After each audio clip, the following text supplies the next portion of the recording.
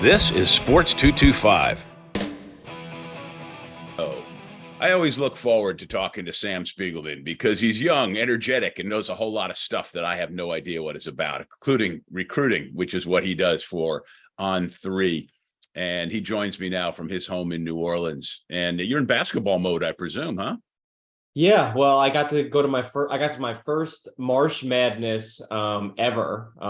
Before I got into recruiting, I was at NOLA.com and did plenty of prep coverage. Never got the nod to go to state championships for basketball, so that's off my bucket list. Got to see if he's not the number one player, he should be. Trades Green out of East Feliciana, absolute stud. They went down in the Final Four, but he scored 20 points, 6 rebounds, 3 blocks, and he's going to play the new age tight end role, the Travis Kelce role, that you're a complete mismatch, whether it's running routes and on the perimeter or in the middle of the field. And he shows that on the basketball court, the way he dominates above the rim. And I'm heck of a prospect I'm excited about in this 2024 class. I got this Tony Gonzalez image in my head. He was a great basketball player for Cal and, has had all that mobility that you would associate with basketball and then became one of the greatest tight ends in history. Well, yeah, I mean, it used to be, basketball players, if you couldn't cut it on the court, they go try out football, and Tony Gonzalez, Antonio Gates, these are guys that we're going to hear or already have heard in Canton. Now it's about, can you create mismatches? Can you be a blocker? Can you go in the slot and be a mismatch? Can you run routes like Brock Bowers at Georgia on the perimeter? And you have just these. They're tweeners. They're kind of receiver, Jimmy Graham kind of receivers, kind of tight ends, but now they're becoming focal points in these offenses as you try to, find different ways to attack. Well, if you can't do it with speed, do it with size and athleticism. We've seen it before. Yeah, it's funny because for as long as I can remember watching football from day one, 100 years ago, everybody's complaint always was you don't throw to the tight end enough. And, tight ends are, they're so valuable. And, Tom Brady doesn't have half his success without Rob Gronkowski, just for example, God, yeah. and there's so many examples where, it's usually this big bruising guy. I mean, look at, the Chiefs, and what they did. So it's an element of the game that everybody recognizes is super important in so many ways. That's an interesting subject. I'm glad we got off on that. There you go. See, that reinforces my lead in. As an aside, and bear with me on this one because it was on the other side of the ball that I think Nick Saban changed the SEC. My friend Ray Glear actually wrote a book about it. And, this was one of the big arguments was that what Saban changed the idea of what defensive linemen were. And on the opposite way, when we're talking about like receiver blocker, tight ends, these defensive linemen, especially the ends, or basically we used to think of linebackers because of the way they can blitz and pick up.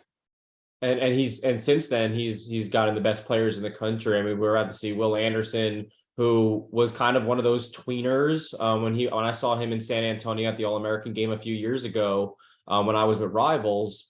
I looked at another analyst and said, who the heck is this kid? We had him ranked somewhere like 120 in the country, which by all standards is very good. And we said, he's going to Bama. He looks like this. He explodes off the ball like this. And yeah, he's going to get drafted as a linebacker, but kind of in that same argument as the tight end, there's these new age players, whether you're a safety linebacker or an edge, we call them, where you just cause havoc off the edge, whether it's setting the edge against the run or, pressuring the quarterback. And then you have that same tweener mentality that Nick Saban has also made famous with guys like Minkah Fitzpatrick, the star position, the hybrid safety linebacker nickel, that, yeah, they work in the middle of the field to help defend those elite pass catching tight ends and running backs. And you need different, their positionless football that, they get the job done. The most important things, pressuring the quarterback and in coverage. I mean, Nick Saban thought a little bit outside the box. He's created a bunch of new positions and they're all getting drafted in the first round. What else is new?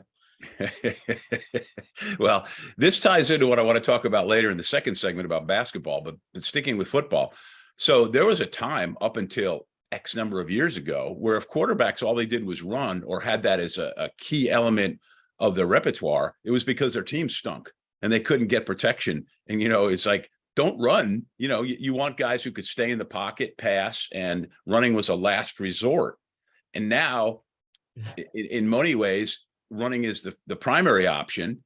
They have to be able to throw on the run. You look at all the successes over the last decade of these young quarterbacks, and if they're not super mobile and can't throw on the run, and especially cross body, they're useless. And it's just another example of how the game evolves.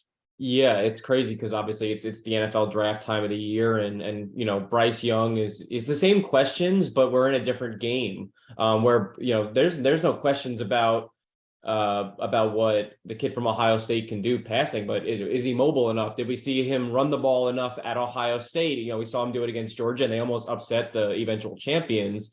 So saying, is that a big enough sample size to get him drafted in the top 5, top 10? I think what we saw with Joe Burrow at LSU, that's the new age quarterback standard. He incorporates the old elements, the traditional elements that are still important, like being able to throw and deliver from the pocket, which we see in the game on Saturdays and Sundays.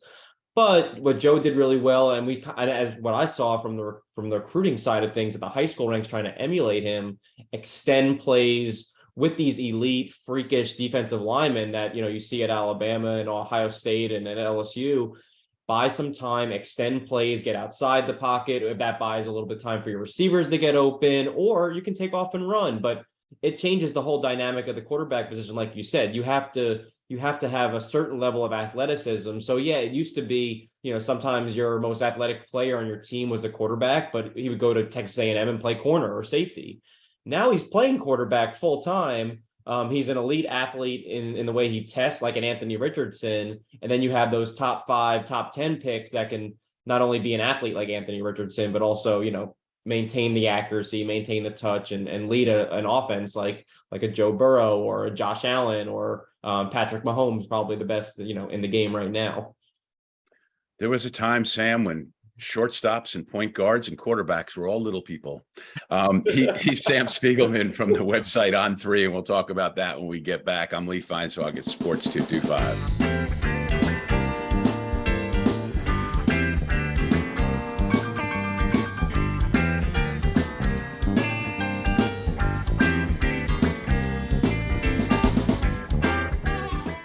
Congratulations, East Baton Rouge. You did it. You topped every big city in the country. You envisioned an ambitious reinvention of our park system.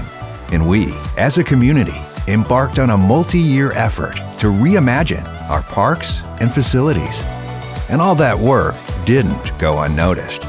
You imagined, we delivered. Gold. BRAC, your #1 park system in the nation. Back on Sports 225, hanging out this week with Sam Spiegelman from On3. Tell us about On3 so we can get some subscribers for you and some followers.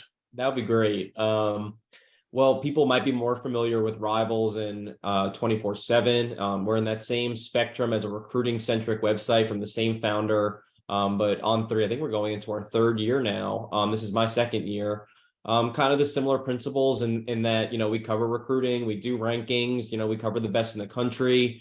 For our purposes, a lot of guys that end up at LSU and Alabama from Louisiana, that's kind of my specialty. But we also incorporate, and this is one of my favorite things, is the NIL portion of things. And that's obviously a nuance in college football recruiting. We try to do our best with, to incorporate what some of these athletes have incredible followings, whether it's the fan bases that follow them, or, they just move the needle with certain brands. You see that in their content. You see that in the way they can be an ambassador for their brands that they get paid now to represent. And it's a huge part of the recruiting process. We don't know much about it, but we're learning on the job. I personally can't get a grip on it, but I know it's like you said, if you're out on the field and you're talking about NIL and the impact it's having. So I appreciate that we put that into our equation as well. See, I did not know that part. And do you guys have somebody who specifically follows NIL at On3, like on a national level, or is it something that you personally have to, deal with, like on the kids and be obviously in touch with whatever brands they're getting and how it translates to their recruiting? Well, it's certainly all hands on deck, but we have multiple national reporters dealing with these athletes, the brands that they're signing up for, who they're targeting for these brands, some of these figures that are being thrown out, and I in my part, I might connect our national NIL reporter with an athlete that I cover and say, hey, I know this guy's, he's going to play for Ole Miss one day, but he just signed a deal with, football gloves and, a sports drink. And here, here's a story for you guys. So it's all hands on deck with this because we're all trying to understand what it's all about for sure. Sam, you're not that old and you haven't been doing this long, but I mean, if I had even told you a couple of years ago, you'd be talking about covering the amount of money that high school kids are making in preparation for going to college. You just said, no, you're out of your mind. Well, Lee, I'm from New York, so I grew up wanting to cover the New York Jets and covering free agency. And while I still pay attention to that, I am covering free agency to a degree. I mean, in recruiting, there's certain things that will always loom true. The schools that you visit the most are obviously most likely to get you the best relationships you build, the guys that'll get you ready to play and win on Saturdays and also help you play and get ready to win on Sundays. But there is a whole new nuance in whether it used to be under the table money or unreported stuff off the books. I stay out of it, but we all know it's a part of the equation. Well, now it's legal, and that's what some people say NIL is. I'm all about athletes getting paid for what they're, for who they are. And if they're a great athlete and have a great following, they should be paid. I remember being at Maryland's, wondering why Grievous Vasquez wasn't getting money when we were all wearing Grievous Vasquez jerseys. So I think it's great. Do I like that teenagers are now, it's really hard to make college decisions in itself. And it's really hard to be a teenager in 2023 with the social media world, which wasn't a part of it for you or me, at least it's certainly not to the extent that it is for these kids today. So to also have to be managing business decisions, that's really difficult. So do I think it needs to be, maneuvered a little bit better? Sure. But it's the NCAA. Everything takes time. Sam, I grew up in a house where it was a big deal because we became the first ones in the neighborhood to get push button phones. We didn't have to go dial like this. Okay. So like my iPhone has more capability than the entire computer system of the first newspaper I worked at. Oh, somebody asked me if I had gotten a new cell phone number, and I said I have the same cell phone number that when my dad gave me his old cell phone number when I was going to college. It's the same number. Nothing's ever changed. Just his old number. Good. But there's no shame in that. No. If you get in touch, you know how. I got so distracted thinking about what you were talking about with the NIL. Is while you were saying it, I had a great question and I just can't remember what it was. But has a kid told you specifically, hey, look, I'm going to this college as compared to that college, all things being equal, because they're giving me more money, I've got better NIL? Absolutely not. I think right now, kids are hesitant for good reason. They don't want to, when they're conducting interviews, whether it's on the record, off the record, they want to be represented in the right way. They don't want to be too obvious with where they might be leaning. Whether, Georgia, Alabama, these are big name schools, and people talk when buzz gets out there. And the same goes for NIL. I think that they've been open about this is a factor. I think they want, all things considered, those other things that I talked about, relationships, development, when you visit a lot, you get to see different elements of the campus. And then if NIL is all things equal, that's kind of takes itself out of the equation. But some schools have it in more abundant ways than others. And that's kind of become a driving force for some kids. It hasn't been the case where anyone's ever told me that. But if things are not equal in terms of NIL, it might help that school that can offer more. An amazing subject. He is Sam Spiegelman. He covers prep sports and recruiting for On3.com, which is the ultimate football term, right? Yes. There you go. Or some part of that sentence. I'm Lee Feinsfog. This is Sports 225.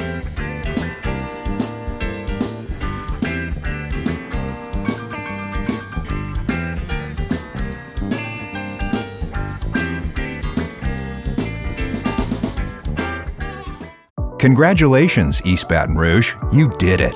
You topped every big city in the country. You envisioned an ambitious reinvention of our park system. And we, as a community, embarked on a multi-year effort to reimagine our parks and facilities. And all that work didn't go unnoticed. You imagined, we delivered. Gold. BRAC, your #1 park system in the nation.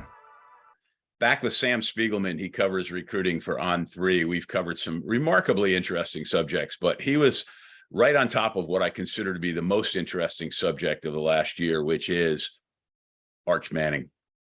And I told him I would get a smile at least out of him when I said that.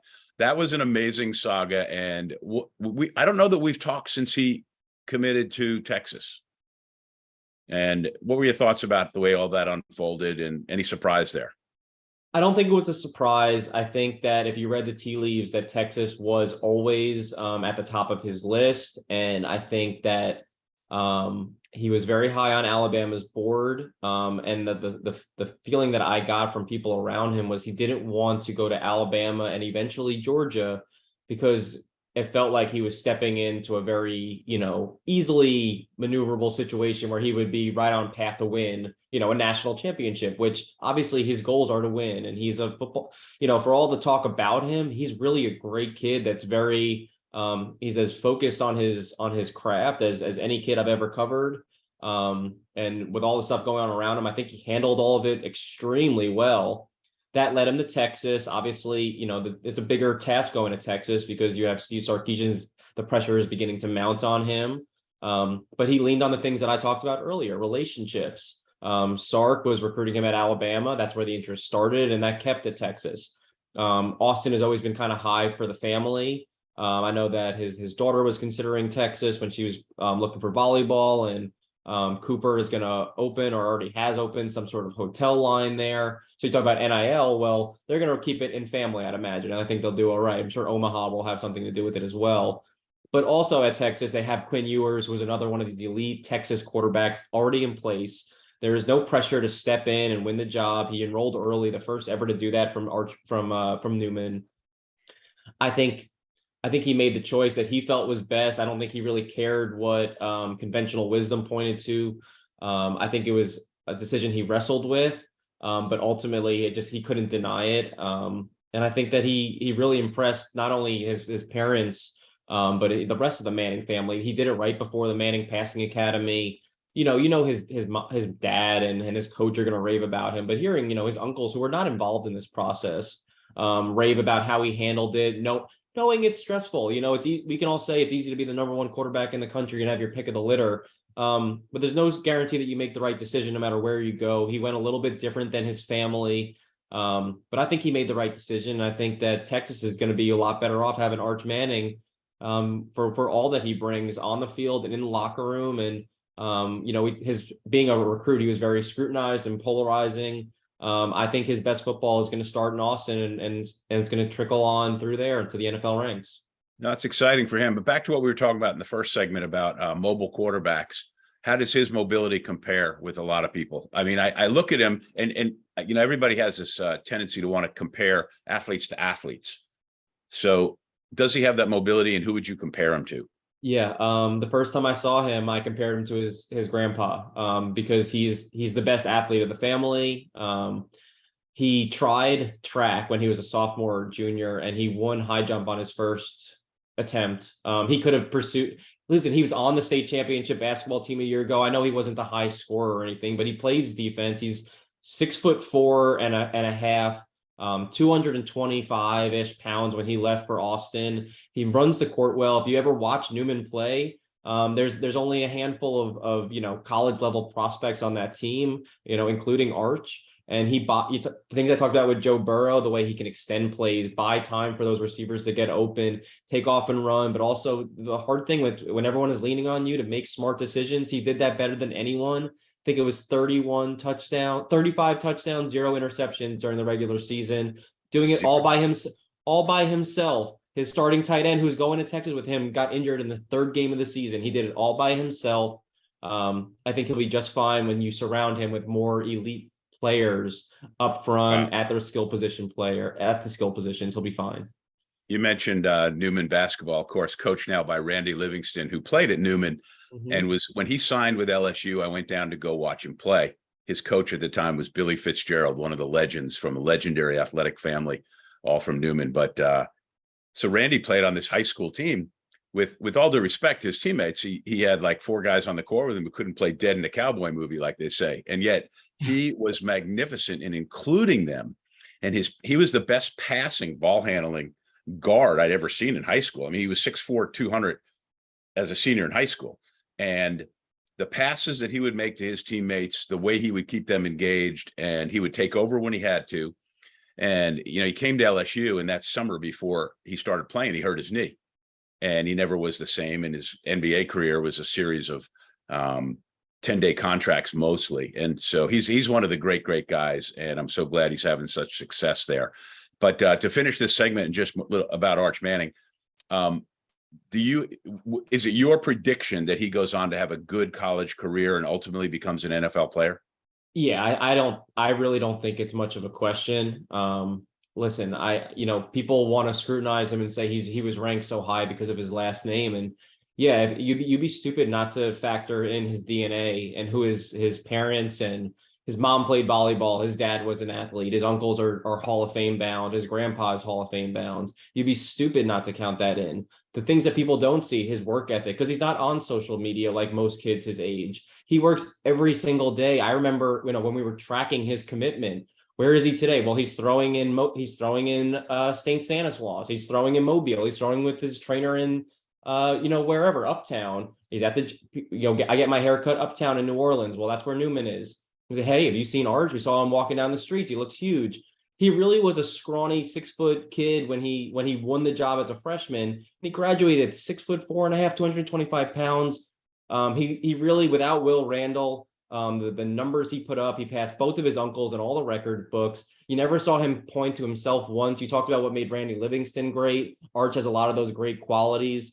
He just told me he graduated Peyton 202 over the summer. So his uncle is working. I think the future is very bright for Arch. Good deal. The future's bright for On3.com as well because of Sam Spiegelman. We'll finish up with him when we get back after this last break on Sports 225.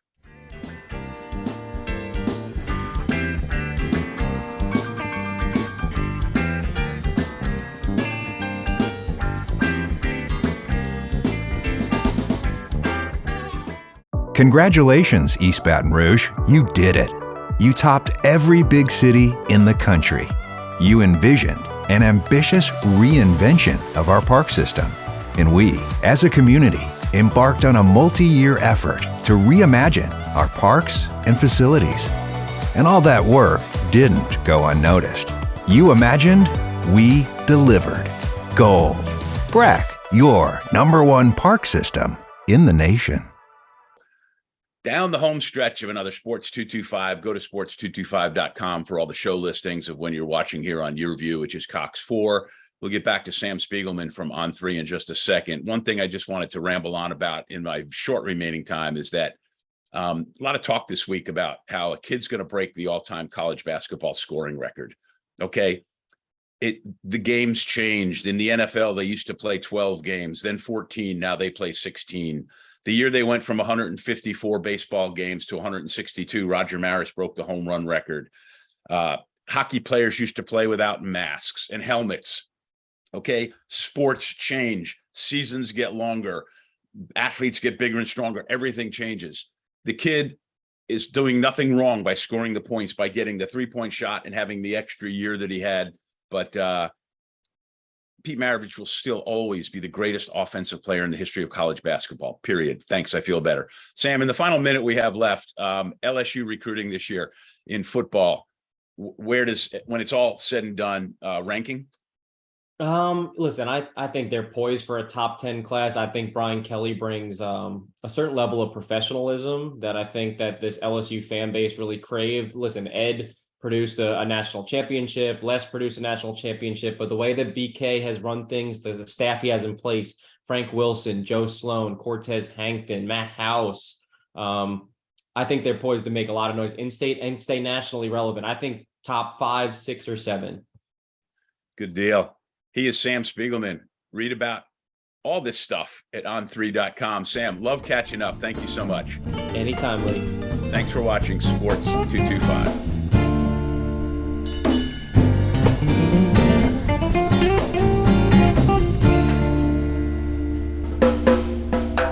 At carnival time by Baton Rouge Bay, that's the site of my story. at Spanish Town Mardi Gras. Things can get blurry.